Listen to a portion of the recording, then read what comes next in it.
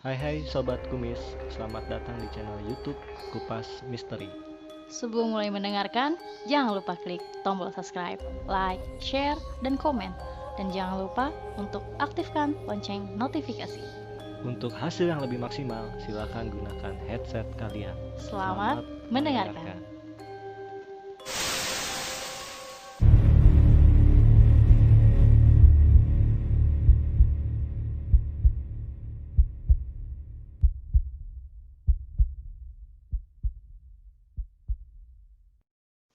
Assalamualaikum warahmatullahi wabarakatuh. Waalaikumsalam warahmatullahi wabarakatuh. Hai Sobat Kumis.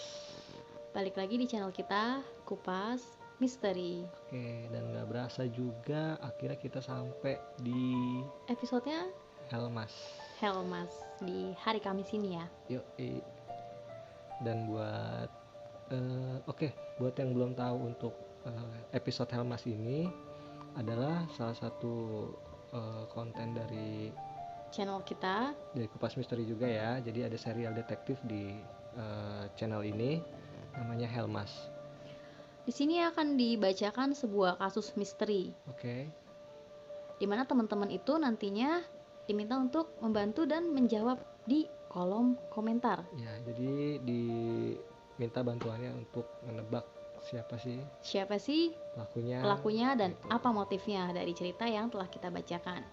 Dan Oke, jadi setelah kalian berhasil membantu untuk menjawab, dan jawaban yang paling benar nanti akan kita kasih giveaway atau hadiah senilai 500.000. Nah, untuk pemenang Helmas yang episode ya, pertama ya, ini kan kita di episode kedua. Untuk pemenang kuis Helmas yang di episode pertama itu, pemenangnya siapa dan hadiahnya sudah diterima. Informasinya ada di Instagram. Oke, jadi follow juga Instagram kita ya di @kupasmisteri. Misteri, betul. Oke, Langsung. Helmas kali ini sama ceritanya tentang pembunuhan juga nih. Pembunuhan di kantor ya, kantor berita. Ya, jadi disimak ya Sobat Kumis, untuk ceritanya gue bacain. Nanti coba didengerin baik-baik supaya nantinya bisa berhasil menjawab. Betul. Jangan di skip.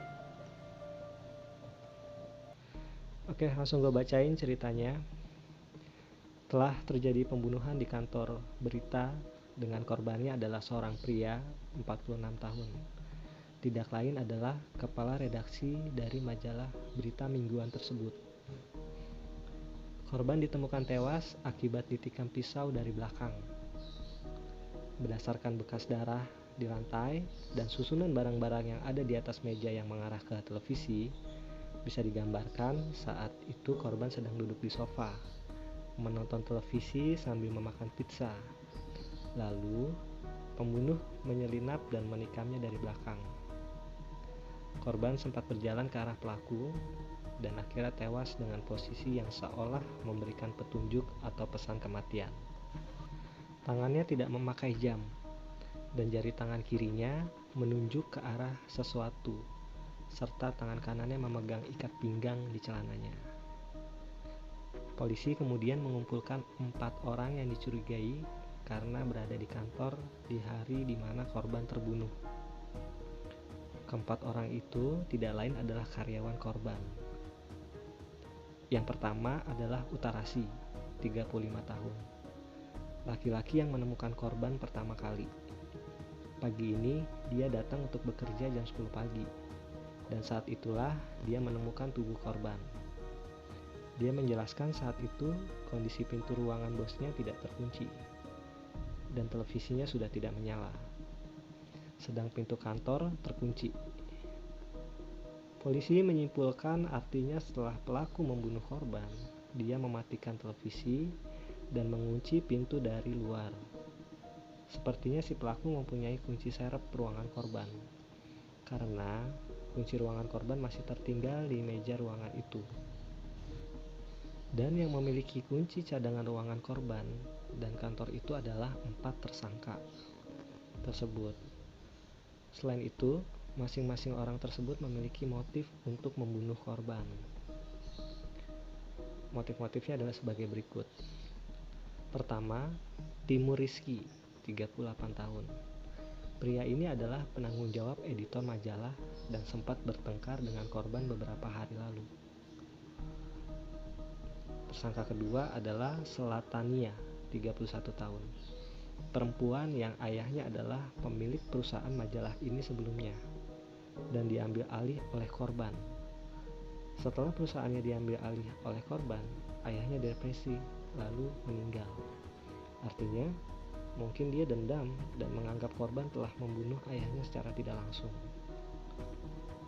Kemudian ada Baratama, 45 tahun. Pria ini hobi judi dan mempunyai hutang yang banyak kepada korban. Dia dituntut oleh korban untuk segera mengembalikan hutang-hutangnya. Dan terakhir adalah pria yang pertama kali menemukan mayat korban. Dia adalah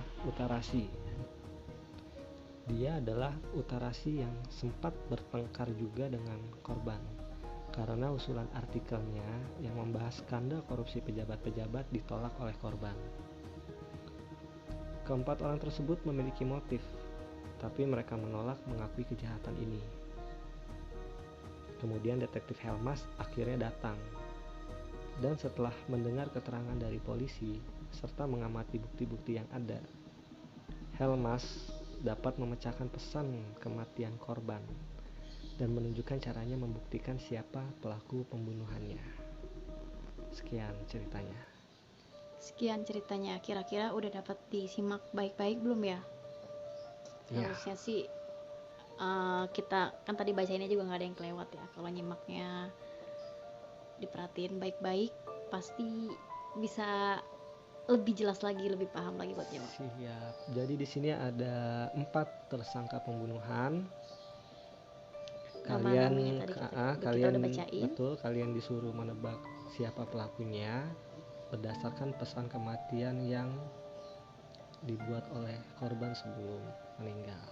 Iya, dari pesan kematiannya itu apa? Jadi misalkan pembunuhnya si A, tapi jalurnya kemana gitu. Ya, pokoknya kurang lebih seperti itu. Dan untuk jawabannya silahkan ketik di kolom komentar.